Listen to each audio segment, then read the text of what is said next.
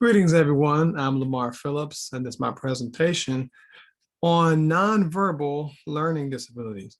So, nonverbal learning disabilities are a little bit more difficult to diagnose, and the reason being is that they're actually not nonverbal at all.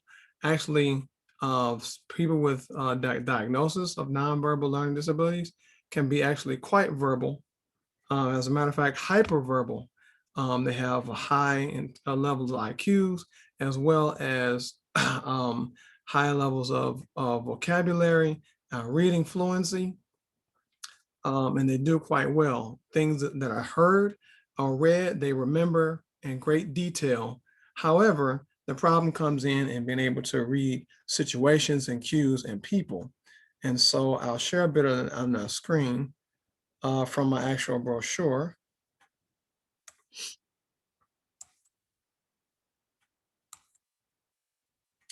And so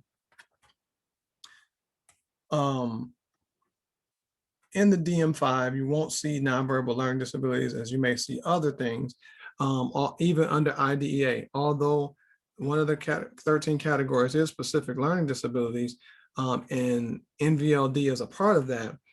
They don't get quite the same treatment. However, some of the things that you may see in verbal expression and reasoning, academically, it may not be as evident. They do have reading ability, but not reading comprehension as well. A high level of vocabulary, but understanding the connection with the vocabulary, not so much. There may be problems with auditory memory and the right hemisphere of the brain, but it's not definite. It hasn't been experientially measured out just yet. They may have a lack of attention to detail and not see the big picture.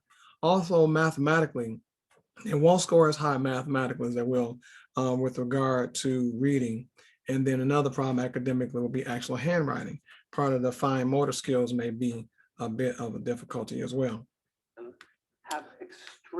So the other thing is in the social emotional realm, they may learn things here, but not be able to transfer it over there to different subjects. They're quite little and concrete. So one of the problems is maybe sarcasm or nuances or finding the intuitive meaning behind things may not be seen as having street smarts.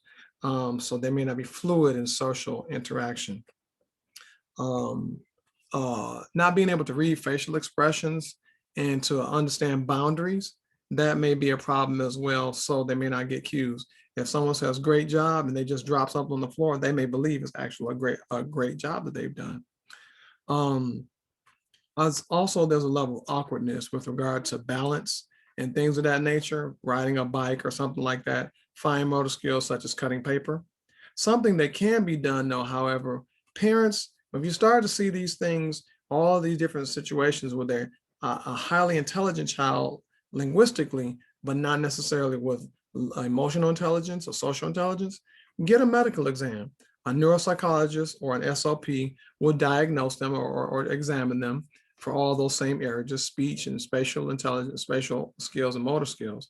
But parents need to be taught some things as well. Learning to be more explicit, as well as teachers. Learning to be more explicit and avoiding cliches because they are so literal. That will be an issue. Be very specific about preparing for transitions and things of that nature. This is where we're going. This is what's happening next. Here's what you should expect. And when that's done, they can be prepared for it. And then just keeping your eyes open. Be prepared for social interaction and encourage play dates and things of that nature. But watch and listen carefully to children. Teach them to look for context clues and to make connections. Ask them questions and teach them to ask questions. So as you can see here, there may be social and academic challenges, but being aware of the therapies that are available can be very helpful.